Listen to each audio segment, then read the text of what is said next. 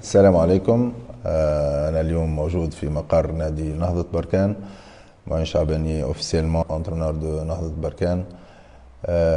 أنا فرحان برشا اليوم باش نكون موجود في فريق اللي في الفترة الأخرى يقدم في مستويات كبيرة وأصبح عنده وزن في المغرب وفي إفريقيا.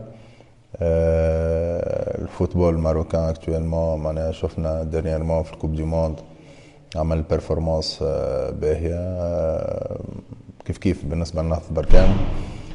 دونك ان شاء الله نكون عند حسن ظن الجميع وجماهير بطبيعة نهضة بركان.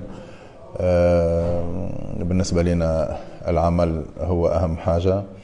إن شاء الله نكونوا موفقين. بطبيعة الحال تعرف المدرب ما يقدرش ينجح وحده. إن شاء الله بالمساهمة الأطراف الكل.